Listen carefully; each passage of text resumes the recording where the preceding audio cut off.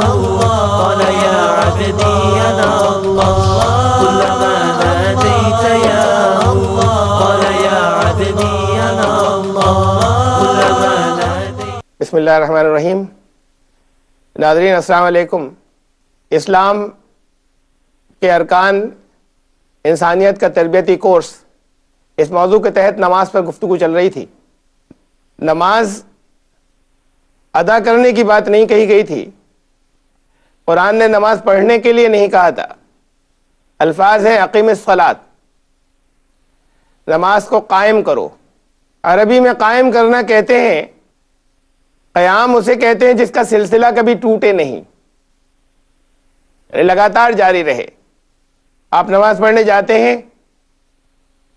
سلام پھیرتے ہیں، نماز ٹوٹ جاتی ہے، پھر اگلی نماز شروع ہوتی ہے، پھر وہ نماز سلام پھیرنے کے ساتھ ٹوٹ جاتی ہے. کہا یہ گیا تھا کہ نماز قائم کرو، صلاۃ قائم کرو، یعنی اس کا سلسلہ ٹوٹے نہیں کبھی. اصل میں جب تک وہ میڈیٹیشن نہیں ہوگا، وہ مراقبہ نماز کے اندر نہیں ہوگا، دھیان کیندرت کرنا کہ خدا تمہارے ساتھ ہے اور تمہیں دیکھ رہا ہے، اس وقت تک نماز ادا ہوتی رہے گی یا نماز پڑھی جاتی رہے گی. جب وہ مراقبہ ہوگا اور وہ کیفیت قائم ہو جائے گی سب کانشس مائنڈ میں، تو اس کیفیت کا قائم ہو جانا کہ خدا ہمارے ساتھ ہے، اللہ ہمارے ساتھ ہے، اللہ ہمیں دیکھ رہا ہے، سب کانشس مائنڈ میں اس کیفیت کا قائم ہو جانا، یہ کیفیت صلاۃ کا قائم ہونا ہے. اب اگر سلام پھیر کے مسجد سے باہر آ گئے تب بھی کیفیت صلاۃ باقی رہے گی، اور یہ ہے اصل میں نماز کا قیام. اللہ کے رسول صلی اللہ علیہ وسلم نے فرمایا تھا کہ مومن کا ہر کام عبادت ہوتا ہے. اس کا کھانا عبادت، اس کا پینا عبادت، اس کا تجارت کرنا عبادت، اس کا بچوں کو پیار کرنا عبادت، اس کا اپنے گھریلو فرائض اور ڈیوٹیز انجام دینا عبادت. اور بہت خوش ہے مسلمان کہ عبادتیں کر رہے ہیں، نمازیں پڑھ رہے ہیں. یہ سارے کام جتنے کر رہے ہیں سب عبادت ہیں. ارے عبادت تو بن ہی جائے گی جو کام بھی اس تصور کے ساتھ میں ہوگا کہ خدا ہمارے ساتھ ہے اور وہ دیکھ رہا ہے، اللہ ہمارے ساتھ میں، تو عبادت بن جائے گی. تو جب تک وہ کیفیت صلاۃ قائم نہ ہو جائے اس وقت تک پھر ہر کام عبادت نہیں بنتا. یہ صلاۃ کا قیام تھا، اور یہ صلاۃ کا قیام اپنے لیے بھی رحمت تھا اور باقی سماج کے لیے بھی رحمت تھا. ایک اور بہت اہم بات ہے نماز میں، یہ میڈیٹیشن اور یہ تصور، اس پر دھیان کیندرت کرنا کہ وہ ہمارے ساتھ ہے اور بندہ اس کے سامنے حاضر ہے. اب ساتھ میں کچھ حیاتیں بھی ہیں، کچھ آسن بھی ہیں، رکوع سجدے، پھر کچھ تلاوت بھی ہے، کچھ پڑھا بھی جا رہا ہے. اور اصل بات تو یہ ہے کہ وہ تلاوت سمجھ میں بھی آنی چاہیے، یہ بھی معلوم ہونا چاہیے کہ کیا پڑھا جا رہا ہے. تو یہ ساری چیزیں بیک وقت کہ اس کا استحضار بھی ہو، جو کچھ اس پر بھی توجہ مرکوز کی جائے کہ جو پڑھا جا رہا ہے یا جو امام پڑھ رہے ہیں اس کو بھی دھیان سے سنیں اور سمجھیں، مطلب معلوم ہونے کے ساتھ رکوع اور سجدے اور مختلف ارکان جو نماز کے ہیں وہ بھی ادا ہوں، اور ساتھ میں پوری نماز میں یہ تصور بھی باقی رہے کہ اس وقت ہم خدا کے سامنے حاضر ہیں. یہ تین چیزیں بیک وقت اکٹھا ہونا بڑا مشکل کام ہے، آسان نہیں ہے. آپ شروع کریں گے نماز اس شکل میں کہ ہاں حضوری کے تصور کے ساتھ میں کچھ دیر وہ کیفیت قائم رہے گی، اور پھر اپنی تلاوت کرنے میں اور قرآن شریف پڑھنے میں بھول جائیں گے کہ نماز میں وہ میڈیٹیشن بھی ہونا تھا. جب بھول جائیں تو پھر اس کو دوبارہ واپس لائیں، کانشسلی سوچ کر بار بار واپس لائیں. جب بھول جائیں تو پھر سوچ کر واپس لائیں اس تصور کو، یہاں تک کہ وہ سلپ ہونا ختم ہو جائے. ابھی کانشسلی سوچ رہے ہیں شعوری طور پر، اس انداز میں، اس شکل میں، جہاں سے وہ دماغ سے سلپ ہونا ختم ہو جائے کہ ہمیں اس میں میڈیٹیشن بھی کرنا تھا. رسول اللہ صلی اللہ علیہ وسلم کو معراج ہوئی، اللہ کے قریب ترین مقام تک پہنچے ذات باری تعالیٰ کے، اللہ سے ملاقات کے لیے واپس آئے تو نماز کا تحفہ لائے. اور یہ فرمایا کہ الصلاۃ معراج المومنین، نماز ایمان لانے والوں کی معراج ہے، یعنی نماز میں ملاقات ہوگی ایمان والوں کی اللہ سے. یہ الفاظ ہیں ہمارے لیے کہ نماز اللہ سے ملاقات کا ذریعہ ہے، صرف الفاظ رہ گئے. آپ نماز پڑھتے ہیں تو ملاقات ہوتی ہے کیا؟ ملاقات تو جب کسی سے ہوتی ہے تو اس کا احساس ہوتا ہے، پتہ چلتا ہے. آپ کسی سے ملنے جائیں، واپس لوٹ کر آئیں، کوئی سوال کرے کہ ملاقات ہوئی، اگر ہوئی تو بتا دیں گے، نہیں ہوئی تو بتا دیں گے. کوئی ملاقات کوئی ویگ چیز نہیں ہوتی. لوگ نماز پڑھ رہے ہیں، اللہ سے ملاقات نہیں ہوتی. یہ وہ تصور ہے، یہ وہ جو میڈیٹیشن ہے، ہر وقت اس کی موجودگی کا ساتھ رہنے کا تصور. جب وہ مکمل ہو جائے گا تو ملاقات کا احساس ہوگا، اس سے پہلے نہیں. یہ تصور، حضوری کا تصور، جہاں سے نماز شروع ہونی تھی، یہ نماز کی روح ہے، اور وہ نماز کا جسم ہے جس میں کچھ پڑھا جاتا ہے اور جھکا جاتا ہے اور سجدے ہوتے ہیں. کچھ ارکان، رکوع، سجدہ، قعود، یہ اور قیام، یہ نماز کے ارکان، یہ نماز کے جسم ہے، اور اس کی نماز کی تلاوت. جیسے ہمارے ساتھ میں روح اور جسم دونوں ہیں، ایسے ہی تمام عبادتیں اور تمام اعمال، ان کا ایک جسم ہوتا ہے اور ان کی ایک روح ہوتی ہے. اگر روح جسم سے جدا ہو جائے تو ڈیڈ باڈی رہ جاتی ہے، لاش رہ جاتی ہے. نماز کی روح نکل جائے تو نماز کی لاشیں رہ جائیں گی. آج نماز جو سکھائی جا رہی ہے، اس کے اندر وہ نماز اس جگہ سے شروع ہی نہیں ہو رہی جہاں سے نماز کو شروع کرنا تھا. نماز شروع بھی نہیں ہوتی اور نماز ختم ہو جاتی ہے. تو اگر نماز کی روح نکل گئی تو نماز کی لاشیں رہ جائیں گی. نماز سے انقلاب آ جاتا ہے، لیکن نماز کو دوبارہ صحیح راستے پر لانا ہے، اس صحیح طریقے پر لانا ہے اپنی زندگی کے اندر، کہ نماز جس جگہ سے ادا ہونی شروع ہو اس مقام سے ادا ہونی شروع ہو، اور نماز کا طریقہ صحیح ہو جائے اور اس کی صحیح مشق ہو جائے. اللہ سے ملاقات اور روز ہو رہی ہو، دن میں کئی مرتبہ ہو رہی ہو، جس سے بار بار ملاقات ہو رہی ہو، تو ملاقات کے بعد پھر محبت پیدا ہوتی ہے. قرآن کریم نے فرمایا والذین آمنوا اشد حبا للہ، ایمان لانے والے اللہ سے شدید محبت کرتے ہیں. محبت جانتے ہیں آپ؟ محبت کے اندر ایک بے چینی کی کیفیت ہوتی ہے. چاہے وضو نہ کیا ہو، چاہے پاک نہ ہو، بستر پر لیٹے ہوں، مصلے پہ چاہے نہ آئے ہوں، لیکن یاد آ رہی ہے. دنیا میں جس سے محبت ہوتی ہے ان کی یاد آتی ہے. اگر اللہ سے محبت ہوگی تو اللہ کی یاد آئے گی. شکر گزاری کے اور احسان مندی کے جذبات اور ہوتے ہیں، محبت کے اور ہوتے ہیں. ملاقات کے بغیر محبت نہیں ہوتی، اور اس ملاقات سے محبت، اگر یہ ملاقات شروع ہو جائے جو ابھی نہیں ہو رہی، تب محبت آئے گی زندگی کے اندر، اللہ سے محبت. اور محبت کے بعد جس سے محبت ہوتی ہے اس کی یاد آتی ہے. یاد کو عربی میں ذکر کہتے ہیں. آج لوگ ذکر کر رہے ہیں، کہتے ہیں یہ ذکر ہے، جسے اذکار کہا جاتا ہے. کچھ تسبیحات بتا دیں، سبحان اللہ سبحان اللہ سبحان اللہ، ان کا ذکر کر لیا. آپ 1.25 لاکھ مرتبہ پڑھ لیجئے، 1000 دفعہ پڑھ لیجئے، 10 تسبیحیں پڑھ لیجئے، 50 تسبیحیں پڑھ لیجئے. ذکر کہتے ہیں یاد کرنے کو یا یاد دلانے کو. یاد دل کے اندر پیدا ہوتی ہے، یاد کوئی مصنوعی چیز نہیں ہے. بچہ کہیں اگر دور ہو اور وقت پر نہ آئے، باہر گیا ہوا ہے، تو ماں کو یاد آتی ہے، بے ساختہ، فطری چیز ہے. یہ نہیں ہوتا کہ کوئی اپنا وہ ٹائم ٹیبل فکس کرتی ہو کہ آج 3 سے 4 تک بیٹھ کر بچے کو یاد کرنا ہے. اور یاد جب آتی ہے جب محبت ہوتی ہے. یاد کرنا اور یاد دلانے کو ذکر کہتے ہیں. یہ سبحان اللہ سبحان اللہ سبحان اللہ، اسے بھی ذکر اس لیے کہہ دیتے ہیں. یا اللہ کے جو صفاتی نام ہیں ان کو دہرانے کو بھی ذکر اس لیے کہہ دیتے ہیں کہ اس سے بھی اللہ کی یاد آ سکتی ہے. لیکن یاد تو تب آئے گی جب یاد آ سکتی ہے ان سے بھی، لیکن یاد اگر فراٹے سے دہراتے چلے گئے تو زبان سے ادا ہوا، دل کے اندر یاد مرتب ہوتی ہے، دل سے تو یاد ہوا ہی نہیں. ہاں، ایک مرتبہ سبحان اللہ کہا اور اس پر غور کیا اور سوچا اللہ پاک ہے، بے عیب ہے. عیب تو باقی سب میں ہے، اللہ کی ذات میں کوئی عیب نہیں ہے. چاہے صرف 10 مرتبہ کیا ہو تو یہ یاد ہو جائے گی، تب ذکر ہوگا.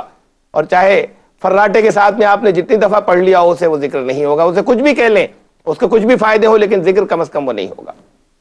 اب اللہ سے ملاقات نہیں ہو رہی، ملاقات نہیں ہو رہی تو محبت پیدا نہیں ہو سکتی، محبت پیدا نہیں ہو سکتی تو یاد نہیں آ سکتی.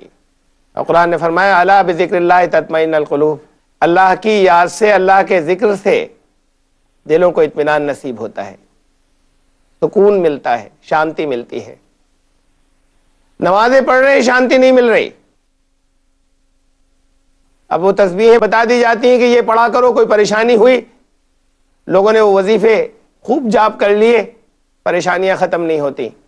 یہ فرمایا تھا کہ ذکر کرو, اللہ کے ذکر سے دلوں کو اطمینان نصیب ہوگا, سکون ملے گا, اور سکون نہیں ملتا اس کا مطلب ذکر نہیں ہوا تھا, یاد نہیں آئی تھی, چاہے رٹ لیا ہو فراٹے کے ساتھ میں کتنی مرتبہ بھی, دل میں یاد مرتب نہیں ہوئی. زبان سے کہنے کو یاد نہیں کہتے, یاد تو دل میں آتی ہے, زبان سے چاہے اس کا اظہار ہو اور چاہے نہ ہو. یاد تب آئے گی جب محبت ہوگی, محبت ملاقات کے ساتھ ہوگی, اور ملاقات کا تصور اس میڈیٹیشن سے قائم ہوگا جو نبی کریم صلی اللہ علیہ وسلم نے بتایا تھا. تو اپنی نمازوں کو درست کر لیں, زندگی کے اندر ایک انقلاب آ جائے گا, زندگی میں سکون پیدا ہوگا, زندگی میں پریشانیاں ختم ہو جائیں گی, زندگی میں سے رنج ختم ہو جائیں گے, تعمیری صلاحیتیں, کریٹیوٹی بڑھ جائے گی, اور دنیا والوں کے لیے رحمت ہو جائیں گے, زندگی میں سے کمیاں اور برائیاں ختم ہو جائیں گی. اب ایک اور پہلو ہے نماز کا, اس پر بھی میں روشنی ڈالنا چاہوں گا. میں نے ابھی ذرا دیر پہلے یہ بات کہی تھی کہ بڑا مشکل ہے یہ مشق, کافی مشکل سے یہ مشق ہو پائے گی. اب اللہ سے ملاقات نہیں ہو رہی, ملاقات نہیں ہو رہی تو محبت پیدا نہیں ہو سکتی, محبت پیدا نہیں ہو سکتی تو یاد نہیں آ سکتی. اور قرآن نے فرمایا الا بذکر اللہ تطمئن القلوب, اللہ کی یاد سے, اللہ کے ذکر سے دلوں کو اطمینان نصیب ہوتا ہے, سکون ملتا ہے, شانتی ملتی ہے. نمازیں پڑھ رہے ہیں شانتی نہیں مل رہی. اب وہ تسبیحیں بتا دی جاتی ہیں کہ یہ پڑھا کرو, کوئی پریشانی ہوئی, لوگوں نے وہ وظیفے خوب جاپ کر لیے, پریشانیاں ختم نہیں ہوتی.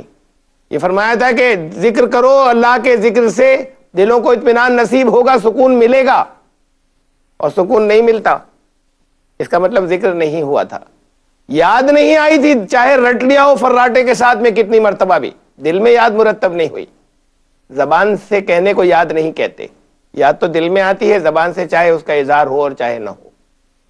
یاد تب آئے گی جب محبت ہوگی, محبت ملاقات کے ساتھ ہوگی, اور ملاقات کا تصور اس میڈیٹیشن سے قائم ہوگا جو نبی کریم صلی اللہ علیہ وسلم نے بتایا تھا. تو اپنی نمازوں کو درست کر لیں, زندگی کے اندر ایک انقلاب آ جائے گا, زندگی میں سکون پیدا ہوگا, زندگی میں پریشانیاں ختم ہو جائیں گی, زندگی میں سے رنج ختم ہو جائیں گے, تعمیری صلاحیتیں, کریٹیوٹی بڑھ جائے گی, اور دنیا والوں کے لیے رحمت ہو جائیں گے, زندگی میں سے کمیاں اور برائیاں ختم ہو جائیں گی. اب ایک اور پہلو ہے نماز کا, اس پر بھی میں روشنی ڈالنا چاہوں گا. میں نے ابھی ذرا دیر پہلے یہ بات کہی تھی کہ بڑا مشکل ہے یہ مشق, کافی مشکل سے یہ مشق ہو پائے گی کہ میڈیٹیشن بھی ہے, آسن بھی ہے, اور قرات جو ہو رہی ہے, چاہے خود کر رہے ہو چاہے امام کی سن رہے ہو, اس پر بھی توجہ مرکوز کی جائے کہ کہا کیا جا رہا ہے. لیکن اگر یہ سب ہو سکے, مشق کے بعد بڑی مشق کی ضرورت ہے, اور مشق سے جب یہ ممکن ہو جائے, میڈیٹیشن سے ایک ٹرانس کی کیفیت پیدا ہوتی ہے, اور ٹرانس کی حالت میں اگر کوئی آواز آ رہی ہو تو یہ معلوم ہے کہ اللہ کا کلام, کلام کہتے ہیں بات چیت کو, گفتگو کو, تو اللہ کا کلام, ایک آواز آ رہی ہے جو بڑی پینیٹریٹنگ ہے اور ٹرانس کی کیفیت ہے. یہ تینوں چیزیں جب ساتھ میں ملتی ہیں تو وہ حقیقتاً اللہ کا کلام بن جاتا ہے, جیسے اللہ کی گفتگو ہو. اور پھر جو الفاظ ادا ہو رہے ہیں, جو الفاظ اندر داخل ہو رہے ہیں, وہ پھر داخل ہوتے ہیں, وہ خالی کان سنتے نہیں, نفوذ کر جاتے ہیں. وہ ان کے معنی بھی اگر معلوم ہو تو وہ احکامات اور وہ عقائد پھر زندگی کا جز بن جاتے ہیں, انہیں کوئی الگ نہیں کر سکتا, نکال نہیں سکتا. وہ خالی قرآن کا پڑھنا نہیں رہ جاتا, وہ قرآن کا رگ و ریشے میں داخل ہونا بن جاتا ہے. یہ جہری نماز, اور پھر اس کی مشق کرائے گی سری نماز میں. کچھ نمازیں جہری ہیں اور کچھ سری, جہاں امام کی آواز نہیں آ رہی, یا اپنی سنتیں اور نوافل ادا کر رہے ہیں, وہاں اپنی تلاوت کرنی ہے. انہی الفاظ کو جو پہلے آ رہے تھے وہ اپنی زبان سے ادا ہو رہے ہیں, لیکن ٹرانس کی کیفیت میں, یعنی میڈیٹیشن میں وہ ٹرانس کی کیفیت آ جائے جہاں سب طرف سے کٹ جائیں. عربی کی نیت انی وجہت وجہی للذی فطر السماوات والارض حنیفا وما انا من المشرکین, میں نے اپنے آپ کو, اپنے رخ کو مکمل یکسو کر دیا اس ذات باری تعالیٰ کے لیے, مکمل اس کی طرف کر دیا.